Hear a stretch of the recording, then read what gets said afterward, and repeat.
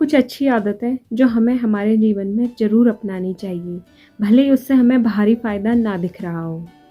Hello friends, welcome to my channel. कैसे हैं आप सब? आई होप आप सब ठीक होंगे और मैं भी एकदम बढ़िया हूँ। तो चलिए आज की वीडियो शुरू करते हैं। तो आज की वीडियो में मैं आपको एक स्टोरी सुनाऊंगी, एक पोते और एक दादाजी की, जिस स्टोरी से हमें ये पता चलेगा कि कैसे कुछ अच्छे कामों को करने से भले ही हमें बाहरी फ़ायदे ना दिख रहे हों, लेकिन उसके आंतरिक फ़ायदे बहुत होते हैं। एक्सटर्नल बेनिफिट्स भले हों या ना हो, बट इंटरनल बेनिफिट बिल्कुल होते हैं। तो चलिए कहानी शुरू करते हैं। तो फ्रेंड्स, एक बार की बात होती है, एक गाँव में एक बूढ़ा व्यक्ति अपने पोते के साथ रह रहा होता है और वो रोज़ सुबह उठ के नहा धो के स्नान करके भगवत गीता का पाठ किया करते थे। तो इस बात को लेके उनका पोता उनकी बहुत प्रशंसा भी करता था और वो भी अपने दादाजी की तरह बहुत अच्छा इंसान बनना चाहता था और वो उनके द्वारा किए गए सारे कार्यों को फॉलो भी करना चाहता था और वो करता भी था। वो बिल्कुल अपने दादाजी की जैसा बनना चाहता था, तो वो उन्हीं की सारी चीज़ों को उन्हीं की तरह से करने की कोशिश भी करता था।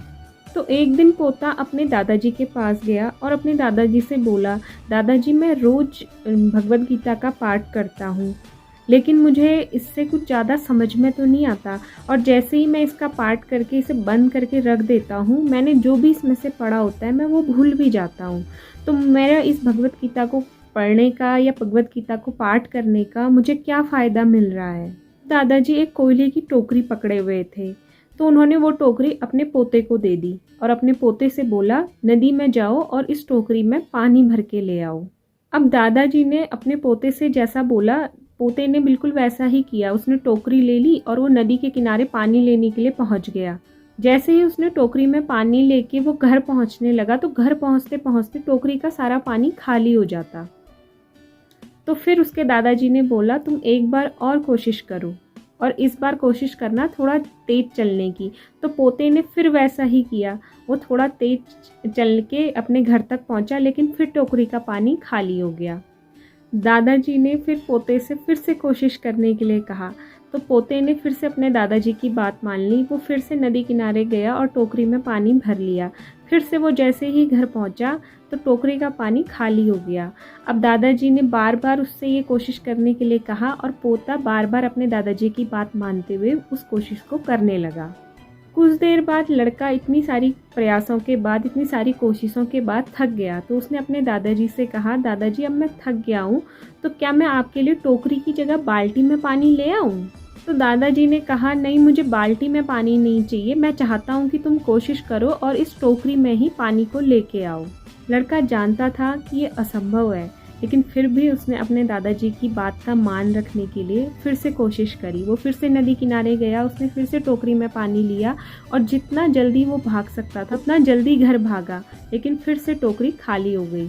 अब इतने प्रयासों के बाद लड़का थक गया, तो लड़के ने कहा, ओ दादाजी, ये इस टोकरी में पानी लाना बिल्कुल असंभव है, ये बिल्कुल भी संभव नहीं है, मैं इसमें पानी भर के नहीं ला सकता हूँ। तो दादाजी ने कहा, ये काम तुम्हें असंभव लग रहा है, लेकिन टोकरी को तो देखो। लड़के ने ध्यान से टोकरी को देखा तो टोकरी में जितने भी कोयले के दाग थे वो बिल्कुल साफ हो गए थे। टोकरी बहुत ही ज़्यादा साफ सुथरी लग रही थी। टोकरी अंदर से भी और बाहर से दोनों तरफ से बिल्कुल साफ हो गई थी। तब दादाजी ने बहुत प्यार से अपने पोते से कहा, तुमने टोकरी को देखा? टोकरी अब सारे दाग मुक्त हो गई है। तो हम जब भगवत गीता का पाठ करते हैं तो हमारे साथ भी यही होता है। तो जब तुम भगवत गीता पढ़ते हो, भले ही चाहे वो तुम्हें समझ में आए या समझ में ना आए, तुम उसे याद रख पाओ या चाहे भूल जाओ, लेकिन जब जब तुम भगवत गीता के शब्दों को पढ़ोगे, उन्हें अपने मन में उतारोगे, वो तुम्हारे जीवन को, वो तुम्हें पूरी तरीके से बदल देगा। तो friends, moral of the story यही है कि किसी अच्छे काम के अगर हमें एक्सटर्नल बेनिफिट्स भले ही ना दिख रहे हों, लेकिन उसके कुछ ना कुछ इंटरनल बेनिफिट ज़रूर होते हैं, तो हमें उस काम को करते रहना चाहिए और उसे छोड़ना नहीं चाहिए।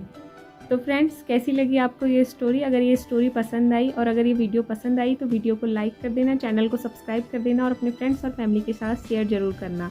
तो मिलते हैं एक नई वीडियो के साथ, तब तक के लिए नमस्ते, टाटा, बाय बाय।